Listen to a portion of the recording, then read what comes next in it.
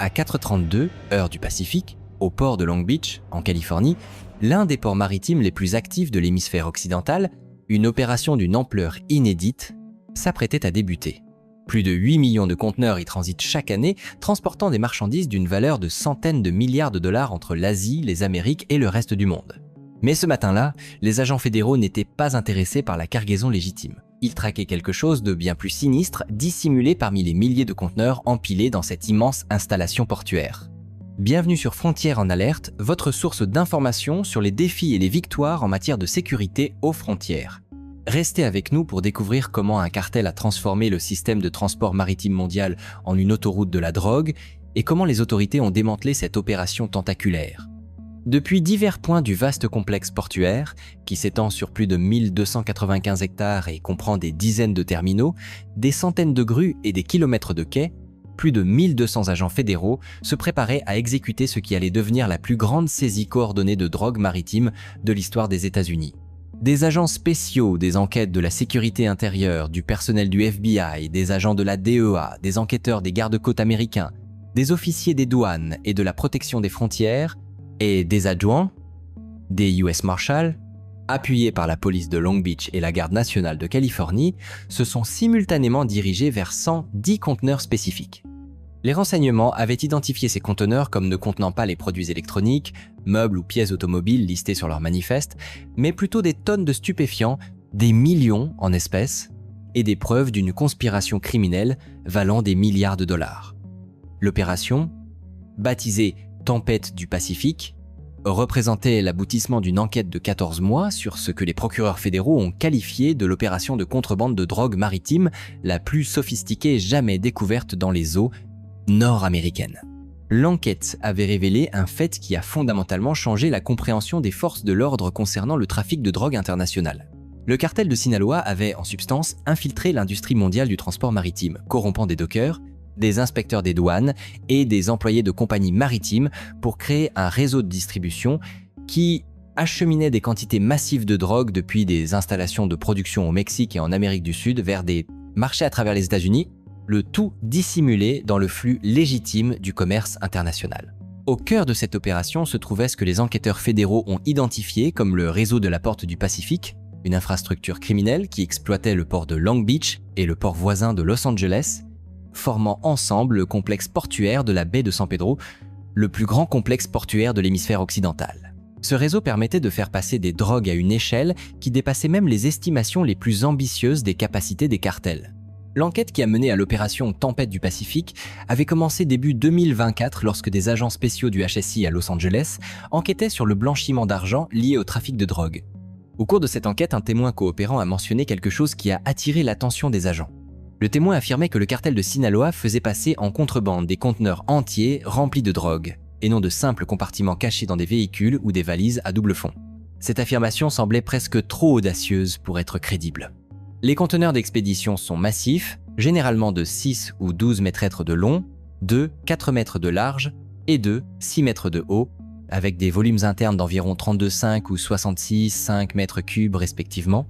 Un conteneur de 12 mètres pourrait contenir plus de 6 tonnes de marchandises. Si les cartels utilisaient réellement des conteneurs entiers pour la contrebande de drogue, ils opéraient à une échelle bien au-delà de tout ce que les forces de l'ordre avaient documenté auparavant. Mais les agents du HSI ont pris la piste au sérieux et ont commencé à enquêter. Ils ont fait appel à la division du crime organisé du FBI, à la DEA et à l'US Customs and Border Protection, CBP, qui a la responsabilité principale d'inspecter les marchandises entrant aux États-Unis. Le groupe de travail conjoint établi a été confronté à un défi de taille. Le port de Long Beach traite environ 8 millions de conteneurs par an, soit plus de 20 000 conteneurs par jour. Inspecter chaque conteneur est physiquement impossible. Le CBP utilise un ciblage basé sur les risques pour identifier les conteneurs à haut risque à inspecter, mais la grande majorité passe avec un simple examen documentaire et éventuellement un balayage par rayon X ou un équipement de détection de radiation. Si le cartel avait trouvé le moyen de déguiser les expéditions de drogue en cargaison légitime et avait corrompu suffisamment d'individus dans le processus d'expédition et d'inspection, il pouvait potentiellement déplacer d'énormes quantités de drogue avec un risque minimal de détection. Le tournant est survenu lorsque les enquêteurs ont identifié un schéma dans les registres d'expédition en utilisant des techniques d'analyse de données. Ils ont examiné des années de données d'expédition pour les conteneurs provenant de régions connues comme sources de drogue.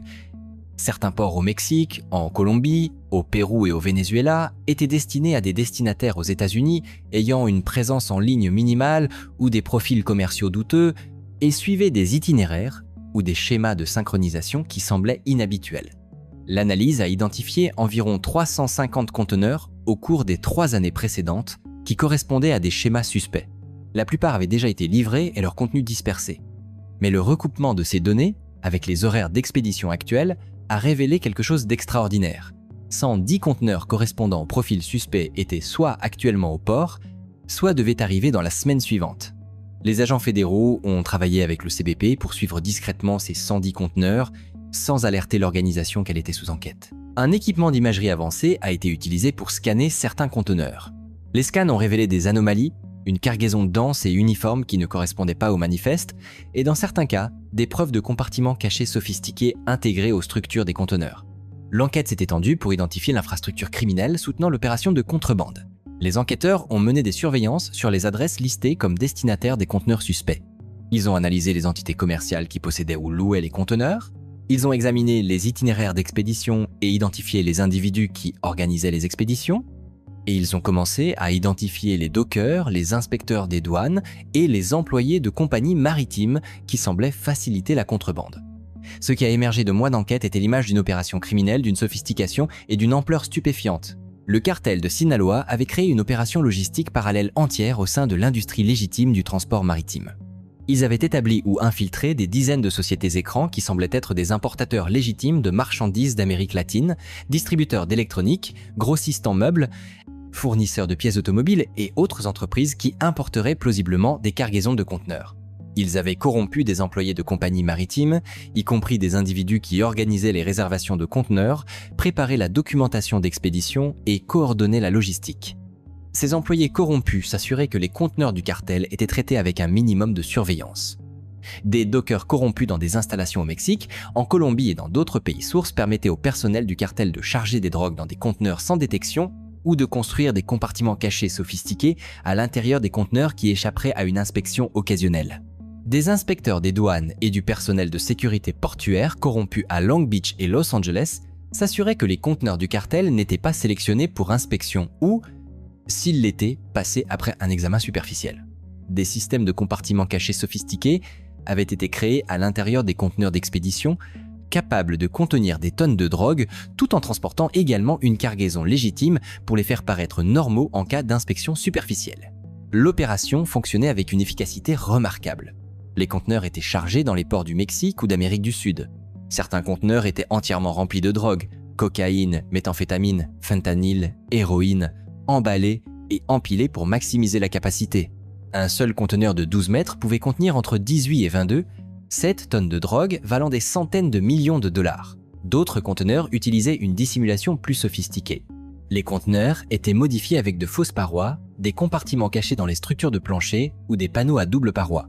Ces compartiments contenaient plusieurs tonnes de drogue, tandis que l'espace de chargement visible contenait des marchandises légitimes. Électronique, meubles, tout ce qui correspondait au manifeste d'expédition. Les conteneurs étaient expédiés à Long Beach ou Los Angeles sur des navires de frais commerciaux mélangés parmi des milliers de conteneurs légitimes. Les manifestes d'expédition listaient des cargaisons d'apparence légitime et référençaient les sociétés écrans comme destinataires. Au port, les conteneurs passaient par le traitement standard, mais les inspecteurs des douanes corrompus s'assuraient que les conteneurs du cartel n'étaient pas sélectionnés pour une inspection physique ou, si des inspections avaient lieu, passaient, malgré des signes évidents, de contrebande. Une fois dédouanés, les conteneurs étaient récupérés par des entreprises de camionnage contrôlées par le cartel et transportés vers des entrepôts du sud de la Californie, où les drogues étaient déchargées et distribuées sur les marchés à travers les États-Unis. L'ampleur était à couper le souffle. Si le cartel utilisait même une petite fraction des plus de 350 conteneurs suspects identifiés sur 3 ans, et que chaque conteneur contenait en moyenne 1 tonne de drogue, la quantité totale dépasserait les 3175 tonnes, ce qui en ferait de loin le plus grand réseau de contrebande de drogue jamais opéré aux États-Unis. L'analyse financière suggérait que l'opération avait généré plus de 50 milliards de dollars de revenus sur 3 ans, un montant si énorme qu'il défiait l'entendement. À mesure que l'enquête progressait, les procureurs fédéraux ont préparé des accusations complètes. Ils ont rédigé des actes d'accusation inculpant plus de 200 individus pour conspiration de trafic de drogue internationale, importation de substances contrôlées, conspiration d'importation de substances contrôlées, conspiration de blanchiment d'argent, corruption de fonctionnaires, conspiration de fraude contre les États-Unis, contrebande de marchandises aux États-Unis, fausses déclarations pour documentation d'expéditions frauduleuses, mais la décision critique était de savoir comment exécuter l'opération. Avec 110 conteneurs suspects identifiés, certains déjà au port, d'autres arrivant sur des navires, les autorités fédérales avaient une fenêtre étroite pour saisir les conteneurs avant que leur contenu ne soit distribué. Le plan opérationnel prévoyait une action massive et coordonnée. Les 110 conteneurs seraient saisis simultanément pour empêcher le cartel d'être averti et de détruire des preuves ou de fuir. Les opérations portuaires devraient se poursuivre avec une perturbation minimale pour éviter un impact économique et les arrestations devraient être exécutées dans des dizaines d'endroits simultanément. À 4h32, heure du Pacifique, l'opération Tempête du Pacifique a débuté. Au port de Long Beach, des équipes d'agents fédéraux se sont dirigées vers leur cible assignée, des conteneurs spécifiques qui avaient été identifiés par l'enquête et qui étaient alors situés dans divers terminaux à travers l'immense installation portuaire. L'opération était extraordinaire par sa complexité. Les 110 conteneurs étaient dispersés sur plusieurs terminaux, empilés dans différentes configurations et à divers stades de traitement. Certains étaient encore sur des navires qui venaient d'accoster. D'autres se trouvaient dans des parcs à conteneurs en attente de ramassage. D'autres encore étaient en cours de chargement sur des camions pour être transportés vers leurs prétendus destinataires. Chaque équipe avait un conteneur spécifique à sécuriser. Alors que l'aube se levait sur le port, les agents se sont déplacés simultanément pour prendre le contrôle des conteneurs qui leur étaient assignés. À Terminal Island, les agents du HSI ont sécurisé 23 conteneurs empilés dans une cour en attente de ramassage. Les conteneurs semblaient complètement normaux de l'extérieur. Des conteneurs d'expédition standard de 12 mètres avec des étiquettes et des marques d'expédition d'apparence légitime, indiquant qu'ils contenaient des meubles, des produits électroniques ou d'autres importations courantes d'Asie et d'Amérique latine. Mais lorsque le premier conteneur a été ouvert par des officiers du CBP et qu'un chien renifleur de drogue a été introduit, le chien a immédiatement alerté. Le conteneur était censé contenir des meubles du Mexique. Au lieu de cela, il était rempli de cocaïne. 100 paquets de cocaïne, pesant chacun environ 20 kg, pour un total de 22 000 kg, soit plus de 22 tonnes de cocaïne dans un seul conteneur. Au prix de gros, la cocaïne dans ce seul conteneur valait environ 220 millions de dollars. Au prix de la rue, après avoir été coupée et divisée en doses individuelles, la valeur dépassait le milliard de dollars. Et ce n'était qu'un des 110 conteneurs. Alors que les équipes ouvraient et inspectaient systématiquement les conteneurs tout au long de la matinée, elles faisaient découverte après découverte. Au PRJ, les agents ont ouvert un conteneur censé transporter des pièces automobiles de Colombie. Au lieu de cela, ils l'ont trouvé rempli de méthamphétamine, 18 000 kg de méthamphétamine en cristaux, dans des emballages plastifiés.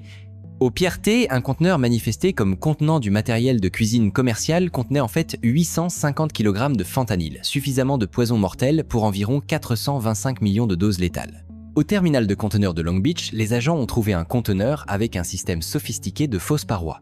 Les premiers 6 mètres du conteneur contenaient une cargaison légitime, des boîtes d'électronique qui correspondaient au manifeste, mais les 6 mètres arrière, cachés derrière une fausse paroi qui semblait être l'arrière réel du conteneur, contenaient 12 000 kg de cocaïne. Au terminal de conteneurs de West Basin, les agents ont ouvert un conteneur et l'ont trouvé rempli de liasses de devises américaines. 180 millions de dollars en espèces, emballés sous film rétractable et empilés du sol au plafond. Ce conteneur était apparemment utilisé pour faire passer les produits de la drogue hors des États-Unis vers les dirigeants du cartel au Mexique. Dans plusieurs terminaux, les agents ont trouvé des conteneurs qui avaient été modifiés avec des compartiments cachés intégrés à la structure du plancher du conteneur. Ces compartiments, accessibles uniquement en retirant des panneaux spécifiques et en coupant du métal soudé, contenaient des drogues, tandis que l'espace de chargement principal du conteneur contenait des marchandises légitimes. À la mi-journée, alors que les 110 conteneurs avaient été ouverts et inspectés, l'ampleur de la saisie était sans précédent. Environ 87 000 kg de cocaïne, soit plus de 87 tonnes, ce qui en fait la plus grande saisie de cocaïne de l'histoire des États-Unis. Environ 42 000 kg de méthamphétamine, soit plus de 42 tonnes, également un record. Environ 2800 kg de fentanyl, soit plus de 2,8 tonnes, représentant suffisamment de poison pour tuer toute la population des Amériques plusieurs fois. Environ 1200 kg d'héroïne et plus de 620 millions de dollars en espèces trouvées dans 7 conteneurs qui étaient utilisés pour faire passer de l'argent hors des États-Unis. La valeur totale des drogues saisies, calculée au prix de gros, dépassait les 6-5 milliards de dollars. Au prix de la rue, la valeur dépassait les 2 milliards de dollars, ce qui en faisait la plus grande saisie de drogue en valeur de l'histoire mondiale. Mais l'opération s'est étendue bien au-delà du port. Simultanément aux saisies de conteneurs, des équipes d'arrestation menaient des opérations dans tout le sud de la Californie et dans plusieurs autres États. Dans les entrepôts répertoriés comme destinataires des conteneurs saisis, les agents ont perquisitionné des installations et découvert des opérations de distribution de drogue en cours. Dans un entrepôt à Carson, juste au nord du port, les agents ont trouvé des ouvriers déchargeant un conteneur qui avait été livré la veille. L'entrepôt contenait environ 15 000 kg de cocaïne qui avait été déchargé de conteneurs au cours des semaines précédentes et était en cours de préparation pour la distribution. Dans les bureaux des sociétés écrans qui avaient été utilisés pour organiser les expéditions de conteneurs, les agents ont exécuté des mandats de perquisition et saisi des ordinateurs contenant des registres détaillés de l'opération de contrebande, une documentation de centaines d'expéditions de conteneurs sur plusieurs années, des registres financiers montrant des milliards de dollars de revenus de la drogue et des communications avec les dirigeants du cartel au Mexique. Au domicile des dockers et des inspecteurs des douanes corrompus, les agents ont procédé à des arrestations et saisi des preuves de corruption. Un inspecteur des douanes avait plus de 2 millions de dollars en espèces cachées chez lui, des pots de vin qu'il avait reçus sur 3 ans pour permettre aux conteneurs du cartel de passer les inspections. Au Mexique, avec l'aide des autorités fédérales mexicaines, des équipes d'arrestation ont simultanément frappé des lieux liés aux opérations d'expédition du cartel. Plusieurs membres de haut rang du cartel de Sinaloa impliqués dans la coordination de la contrebande ont été arrêtés dans les États de Sinaloa et de Jalisco. En soirée, alors que les opérations se concluaient, les résultats de l'opération Tempête du Pacifique étaient historiques. 110 conteneurs d'expédition saisis contenant des drogues et de l'argent d'une valeur de plus de 2 milliards de dollars au prix de la rue, ce qui est en fait la plus grande saisie de drogue en valeur de l'histoire mondiale. 237 individus arrêtés aux États-Unis et au Mexique, y compris des membres de cartels, des dockers corrompus, des inspecteurs des douanes, des employés de compagnies maritimes et des opérateurs de sociétés écrans utilisés pour faciliter la contrebande. Plusieurs entrepôts et installations de distribution fermés avec des drogues et des preuves supplémentaires saisies, une documentation étendue saisie montrant que l'opération fonctionnait depuis au moins 5 ans et avait fait passer en contrebande environ 450 tonnes de drogue aux États-Unis pendant cette période. Lors d'une conférence de presse au port de Long Beach ce soir-là, avec des conteneurs d'expédition saisis empilés en arrière-plan, le secrétaire à la sécurité intérieure, le directeur du FBI et l'administrateur de la DEA ont annoncé les résultats de l'opération. Aujourd'hui, les forces de l'ordre fédéral ont exécuté la plus grande saisie de drogue de l'histoire mondiale, a commencé le secrétaire à la sécurité intérieure. Nous avons saisi 110 conteneurs d'expédition remplis de cocaïne, de méthamphétamine, de fentanyl et d'argent. La valeur totale de ce que nous avons saisi dépasse les 8 milliards de dollars. Nous avons arrêté plus de 230 individus impliqués dans cette conspiration et nous avons démantelé un réseau de contrebande qui inondait les communautés américaines de poison depuis des années. Le secrétaire a poursuivi en désignant les conteneurs derrière lui. Chacun de ces conteneurs pouvait contenir jusqu'à 7 tonnes de drogue. Le cartel de Sinaloa avait transformé nos ports, des infrastructures critiques qui soutiennent le commerce international légitime, en leur propre autoroute privée de la drogue. Ils ont corrompu des dockers, des inspecteurs des douanes et des employés de compagnies maritimes. Ils ont créé de fausses entreprises pour déguiser leurs expéditions et ils ont fait passer des drogues en contrebande à une échelle que nous n'avons jamais vue auparavant. Le directeur du FBI a souligné l'aspect de la corruption. Cette opération n'a été possible qu'en raison de la corruption. Le cartel a soudoyé des dizaines d'individus occupant des postes de confiance. Des inspecteurs des douanes censés protéger nos frontières, des dockers censés assurer des opérations sécurisées, des employés de compagnies maritimes censés maintenir des activités commerciales légitimes. Ces individus ont trahi leur serment et leur pays pour de l'argent. Ils feront face à de graves accusations fédérales et à des peines de prison substantielles. L'administrateur de la DEA s'est concentré sur les drogues saisies. Nous avons saisi environ 87 000 kg de cocaïne, 42 000 kg de méthamphétamine et 2 800 kg de fentanyl. Pour mettre cela en perspective, le fentanyl seul représente plus de 1,4 milliard de doses létales, assez pour tuer chaque personne en Amérique du Nord et du Sud combinés. Chaque kilogramme que nous avons saisi est un poison qui n'atteindra jamais les rues américaines. Des familles qui ne seront pas détruites, des vies qui seront sauvées. Le procureur des États-Unis pour le district central de Californie a détaillé les procédures judiciaires. Nous avons inculpé 237 accusés pour trafic international de drogue, blanchiment d'argent, corruption et conspiration. Les preuves sont accablantes. Nous les avons littéralement pris en possession de milliards de dollars de drogue. Les membres du cartel impliqués dans cette opération risquent des peines de prison à perpétuité obligatoire. Les fonctionnaires corrompus qui l'ont facilité feront face à des décennies de prison fédérale. Et nous chercherons à confisquer tous les biens liés à cette conspiration. La conférence de presse a également abordé les implications pour la sécurité économique. Le secrétaire à la sécurité intérieure a noté « Nos ports sont des infrastructures critiques ». Plus de 400 milliards de dollars de commerce transitent par le complexe portuaire de la baie de San Pedro chaque année, soutenant des centaines de milliers d'emplois et une part significative de notre économie. Nous ne pouvons pas permettre aux organisations criminelles d'exploiter cette infrastructure. Nous mettons en œuvre des mesures de sécurité renforcées, des technologies de filtrage améliorées et une surveillance plus stricte pour empêcher que cela ne se reproduise. Dans les jours qui ont suivi l'opération Tempête du Pacifique, l'ampleur totale de l'opération de contrebande a continué d'apparaître. Des experts comptables légistes analysant les registres financiers saisis ont déterminé que l'opération avait généré environ 52 milliards de dollars de revenus sur 5 ans, ce qui en fait l'entreprise criminelle la plus rentable de l'histoire. La corruption s'est étendue bien au-delà des individus initialement arrêtés. L'enquête a révélé que le cartel payait environ 15 millions de dollars par mois en pots de vin à des fonctionnaires corrompus, soit plus de 900 millions de dollars sur 5 ans. Certains fonctionnaires avaient reçu des centaines de milliers de dollars simplement pour s'assurer que certains conteneurs n'étaient pas sélectionnés pour inspection. Les conteneurs eux-mêmes sont devenus des preuves.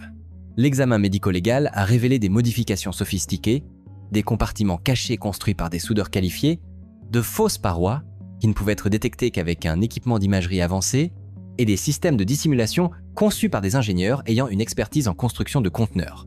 L'analyse des registres d'expédition a montré que le cartel avait utilisé cette méthode pour faire passer des drogues de plusieurs pays sources, principalement le Mexique et la Colombie, mais aussi le Pérou, le Venezuela et l'Équateur. L'opération avait exploité non seulement le port de Long Beach, mais aussi les ports d'Oakland, Seattle, Houston et Miami, bien que Long Beach ait représenté le plus grand volume. Les procureurs fédéraux ont annoncé que les procès commenceraient dans les mois à venir, les affaires les plus graves étant traitées en premier. Les preuves étaient accablantes. De nombreux accusés ont été pris littéralement en possession de tonnes de drogue ou ont été documentés comme recevant des pots de vin. Les taux de condamnation devaient approcher les 100%. Pour le port de Long Beach et le port de Los Angeles, l'affaire a entraîné des révisions complètes de la sécurité. De nouvelles technologies de balayage des conteneurs ont été mises en œuvre.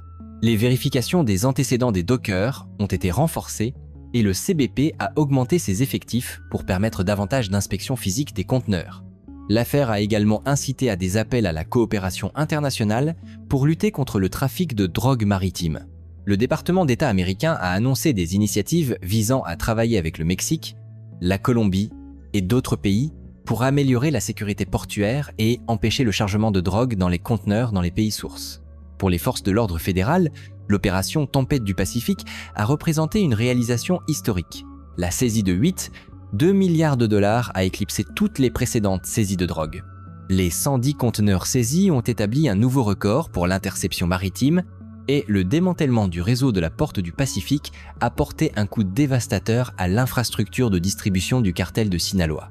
Mais l'opération a également servi de rappel brutal de l'ampleur et de la sophistication du trafic de drogue moderne. Les organisations criminelles disposant de milliards de dollars de ressources peuvent infiltrer des industries légitimes, corrompre des fonctionnaires et déplacer des tonnes de drogue en se cachant dans le vaste flux du commerce international. L'opération Tempête du Pacifique restera la plus grande saisie de drogue de l'histoire mondiale, une affaire qui a révélé comment un cartel avait transformé le système de transport maritime mondial en un réseau de distribution de drogue, et un témoignage du dévouement des enquêteurs fédéraux qui ont passé des mois à démêler la conspiration pour exécuter l'opération d'interdiction maritime la plus réussie jamais menée. La saisie des 110 conteneurs du cartel, les 2 milliards de dollars de drogue et d'argent saisis, et le démantèlement d'une opération de contrebande basée sur les ports représenteront une victoire historique dans la bataille continue contre le trafic international de drogue.